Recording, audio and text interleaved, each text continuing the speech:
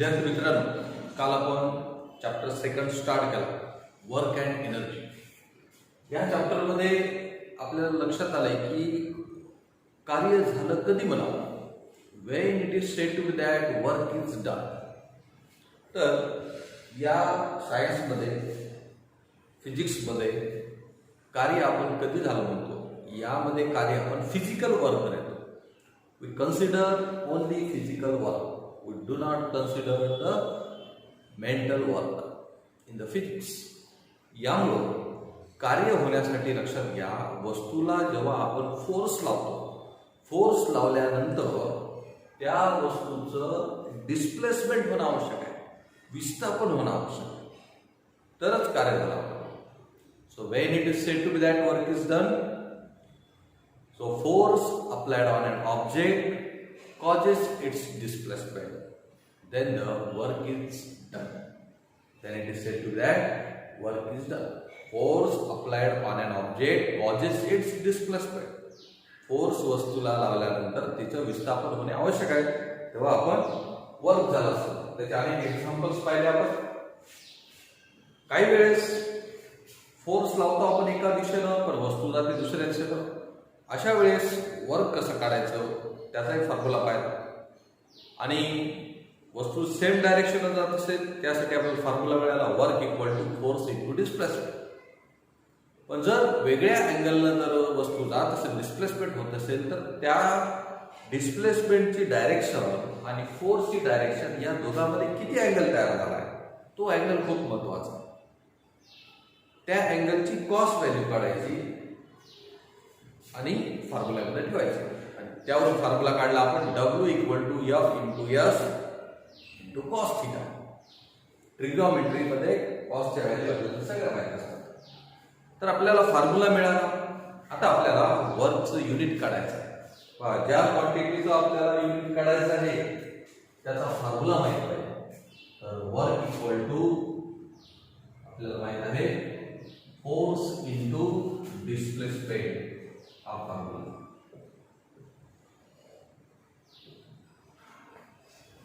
MK system मध्ये काढूया, किंवा याला एसआय सिस्टीम म्हणतो. वर्कचं युनिट काढायचं असेल तर फोर्स आणि डिस्प्लेसमेंटचं पाहिजे. फोर्सचं एमकेएस मध्ये युनिट आहे न्यूटन. काय आहे? न्यूटन इंटू डिस्प्लेसमेंटचं काय? मीटर. Newton into metre. याला जूल सुद्धा म्हणतात. काय म्हणतात? Joule. So in MK system the unit of work is Newton into meter, किंवा त्यालाच काय म्हणतो आपण? जूल. ओके. तर आता आपल्याला 1 जूल कार्य करायचं आहे. किती कार्य करायचं आहे? 1 जूल ऑफ वर्क. कधी बनावं की कार्य 1 जूल झालाय, तर 1 जूल कार्य करण्यासाठी आपल्याला फोर्स घ्यावा लागतो 1 न्यूटन. डिस्प्लेसमेंट व्हायला पाहिजे 1 मीटर, म्हणून दोघांचा प्रॉडक्ट 1 इंटू 1 काय? 1. तेव्हा कार्य 1 जूल झालं ना. 1 जूल कधी म्हणणार? फोर्स किती लावायचा? 1 न्यूटन, आणि वस्तूचं डिस्प्लेसमेंट किती झालं पाहिजे?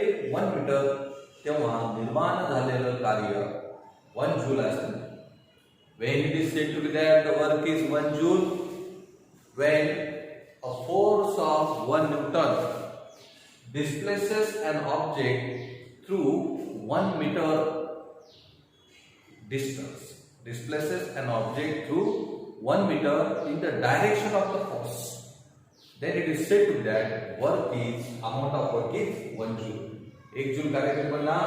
When 1 newton of force applied on an object and it displaces the object through 1 meter in the direction of the force, then the work done is 1 joule. 1 joule कार्य झालं बनवा. पुढे आता सीजीएस युनिट बघूया. याला कन्वर्ट करा. Formula येते ना, फोर्स एमकेएस मध्ये न्यूटन होतं, सीजीएस मध्ये काय आहे? डाइन. डाइन इंटू पुन्हा डिस्प्लेसमेंटचं एमकेएस मध्ये मीटर आहे, सीजीएस मध्ये काय? Centimetre. Dyne into centimetre is the CGS unit of work. याला अर्ग म्हणतात. काय म्हणतात त्यालाच अर्थ. डाय इंटू सेंटीमीटर म्हणण्यापेक्षा अर्थ. So in CGS system the unit of work is earth. आता इथे सुद्धा एक अर्ग वर्क कधी झाला बघा. वन अर्ग वर्क कधी होणार, त्यासाठी फोर्स किती लावावा लागेल, एक डायरेक्ट फोर्स लावावा लागेल. राईट. वस्तूचं डिस्प्लेसमेंट किती व्हायला पाहिजे, 1 सेंटीमीटर. एक डायरेक्ट फोर्स लावल्यानंतर वस्तूचं डिस्प्लेसमेंट 1 सेंटीमीटर जर झालं तेव्हा कार्य किती झालं ना, 1. So when a force of one diamond displaces an object through a distance of 1 centimeter in the direction of the force, then the amount of work is 1 अर्ग. तेव्हा कार्य 1 अर्ग झालं म्हणा. लक्षात. अशा पद्धतीने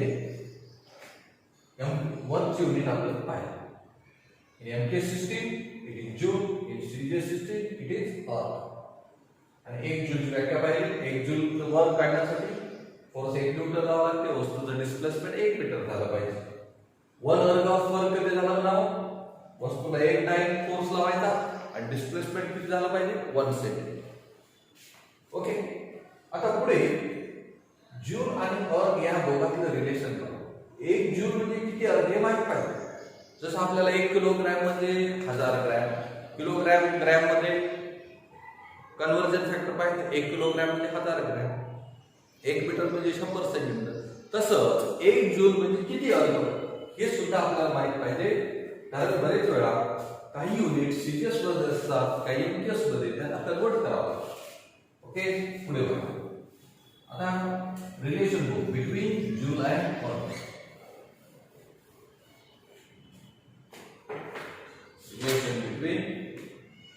Relationship between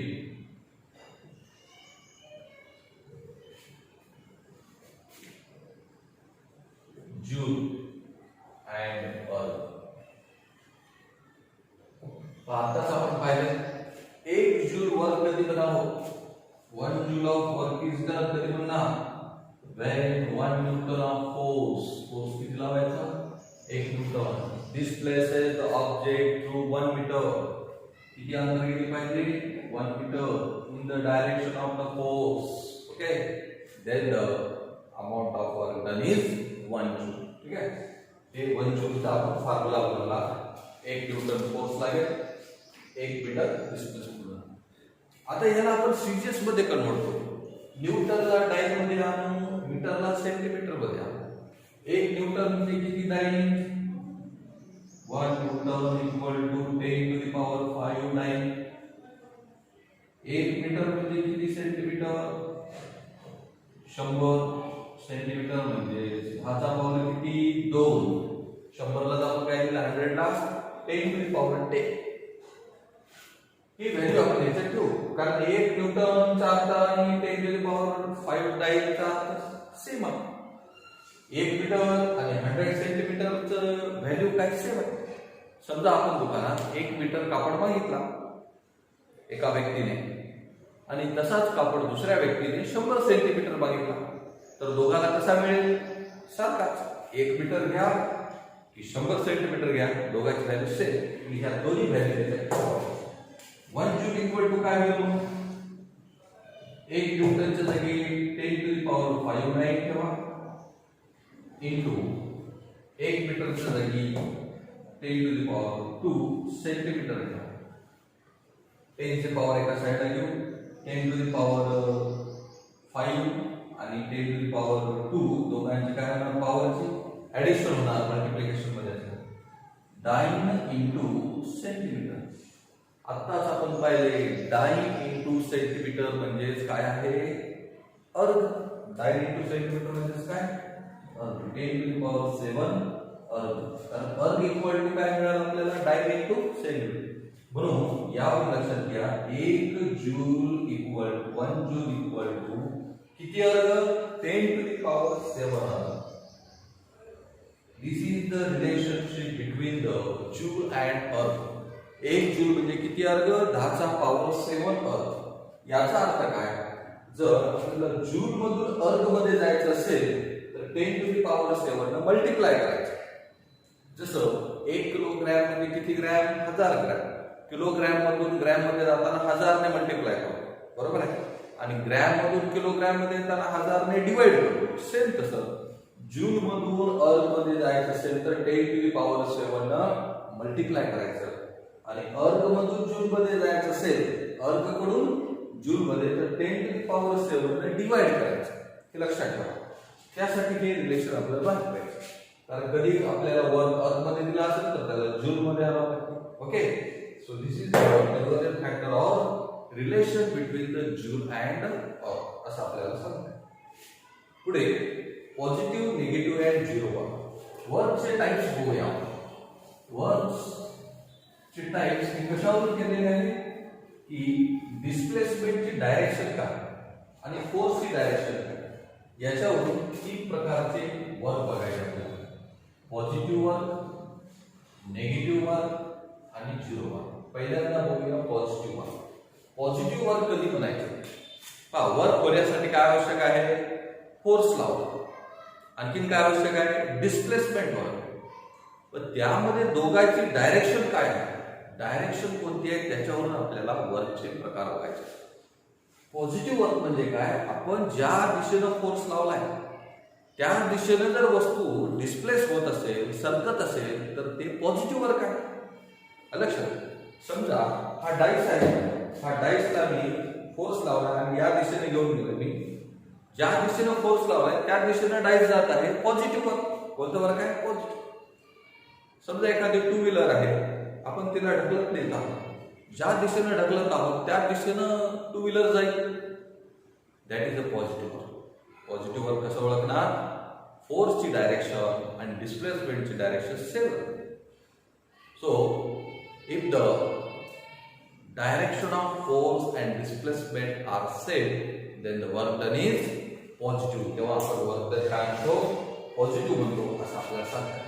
आणि जेव्हा दोघांची डायरेक्शन सेम असते तेव्हा त्या दोघातला अँगल 0 राहतो. थीटा 0 राहतो. कॉस थीटा कॉस 0 ची व्हॅल्यू 1 आहे.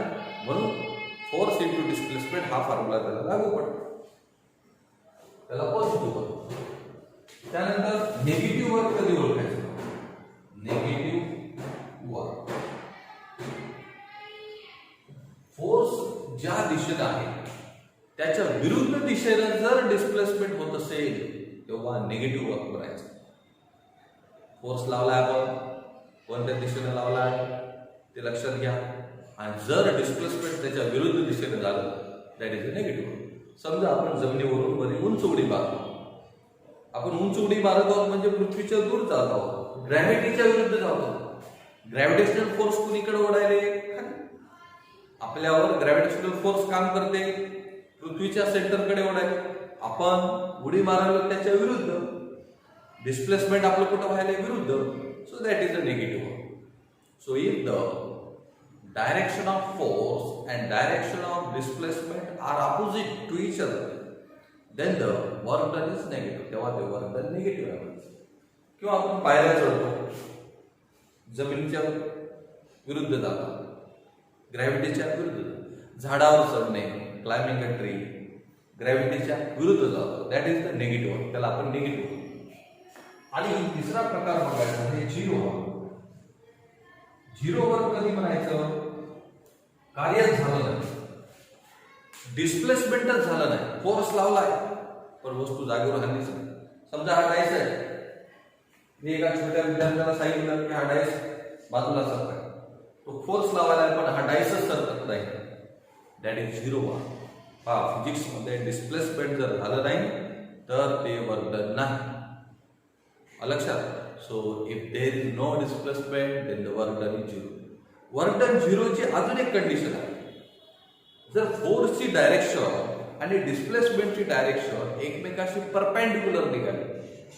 कशी निघाली? परपेंडिक्युलर. तेव्हा सुद्धा आपण झिरो वर्क म्हणतो. तेव्हा सुद्धा काय? Zero work. उदाहरणार्थ बघा, मागच्या चॅप्टर मध्ये आपण युनिफॉर्म सर्क्युलर मोशन पाहिलेली आहे. सर्क्युलर मोशन मध्ये पहा, लक्ष द्या. समजा दिस इज द ही अर्थ आहे, अर्थ भोवती काय चंद्र फिरतो, मून यम.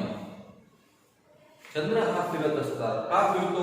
पृथ्वी त्याला ग्रॅव्हिटेशनल फोर्स लावायला कुणीकडे वळत आहे, सेंटर. पण चंद्र सेंटरकडे येत आहे का नाही, तो कसा जात आहे सांग. याला टँजेन्शियल डायरेक्शन. कोणती डायरेक्शन? तो टँजेन्शियल. आपण मागच्या चॅप्टर मध्ये पाहिलं की कुठलीही वस्तू सर्क्युलर मोशन मध्ये असेल तर त्या वस्तूचं डिस्प्लेसमेंट टँजेन्शियल असते. लक्षात. म्हणून या दोघांमध्ये कितीचा अँगल होत आहे, 90 डिग्रीचा. अशा वेळेस वर्क डन 0 म्हणावं. लक्षात ठेवा, जर फोर्सची डायरेक्शन आणि डिस्प्लेसमेंट दोघांमध्ये जर 90चा अँगल होत असेल, दोघं जर परपेंडिक्युलर असेल, तेव्हा सुद्धा वर्क डन 0 म्हणावं. So if the direction of displacement is perpendicular to the direction of force, then work done is 0. तेव्हा सुद्धा वर्क डन 0. म्हणून ज्या काही सर्क्युलर मोशन आहे, revolution of moon around the earth, that is 0 work. Revolution of all planets around the earth, that is 0 work, असं आपल्याला सांगतो.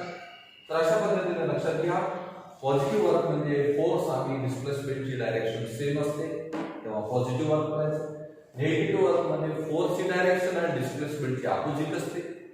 0 work कधी म्हणावं, एक तर डिस्प्लेसमेंट झालंच नाही किंवा डिस्प्लेसमेंट फोर्सच्या परपेंडिक्युलर झाला असेल तेव्हा 0 म्हणावं. तर पेज नंबर 20 बघा. या ठिकाणी काही 5 एक्झाम्पल दिलेत. याची फोर्सची डायरेक्शन आणि डिस्प्लेसमेंटची डायरेक्शन डिस्कस करा. हा सेल्फ आहे तुम्हाला, थिंक बिफोर यू आन्सर. तरी बघू. पुशिंग अ स्टॉल व्हेकल, थांबलेल्या गाडीला ढकलणे. लक्षात, हे काय पॉझिटिव्ह वर्क आहे. आपण ज्या दिशेने ढकलला तिकडे गाडी जाणार. Catching the ball which your friend has thrown towards you. Ball हा आपल्या दिशेने येत आहे, आपण बॉलला विरुद्ध दिशेने पकडत आहोत. बॉल ह्या दिशेने येत, फोर्स लागत आहे, पण आपण विरुद्ध दिशेने त्याला धरत आहोत. Negative work. Time a stone to one end of string and swing it round and round by the other end of the string. गोफर माहित आहे तुम्हाला, दगड दोरी बांधलेली असते, दोरीच्या टोकाला दगड असतो, गोल फिरवला जातो, सर्क्युलर मोशन मध्ये असतो, तेव्हा सुद्धा वर्क काय घ्यायचं 0. Walking up and down staircase, climbing a tree, वरी खाली जाणे, ग्रॅव्हिटीच्या विरुद्ध negative work. Stopping moving car by flying train. Moving car motion मध्ये आहे, ती कोण्या दिशेने चालली, सरळ फॉरवर्ड. पण ब्रेक लावून आपण ती दिशा काय करत आहोत, कमी करतो. ब्रेक आपण विरुद्ध दिशेने लावतो, म्हणून डिस्प्लेसमेंट थांबते. निगेटिव्ह वर्क होत आहे, निगेटिव्ह. तर अशा पद्धतीनं आपल्याला पॉझिटिव्ह, निगेटिव्ह आणि 0 वर्क या तिघांमध्ये फरक सांगता येते आणि त्याचे एक्झाम मध्ये आपल्याला सांगता येते. ओके.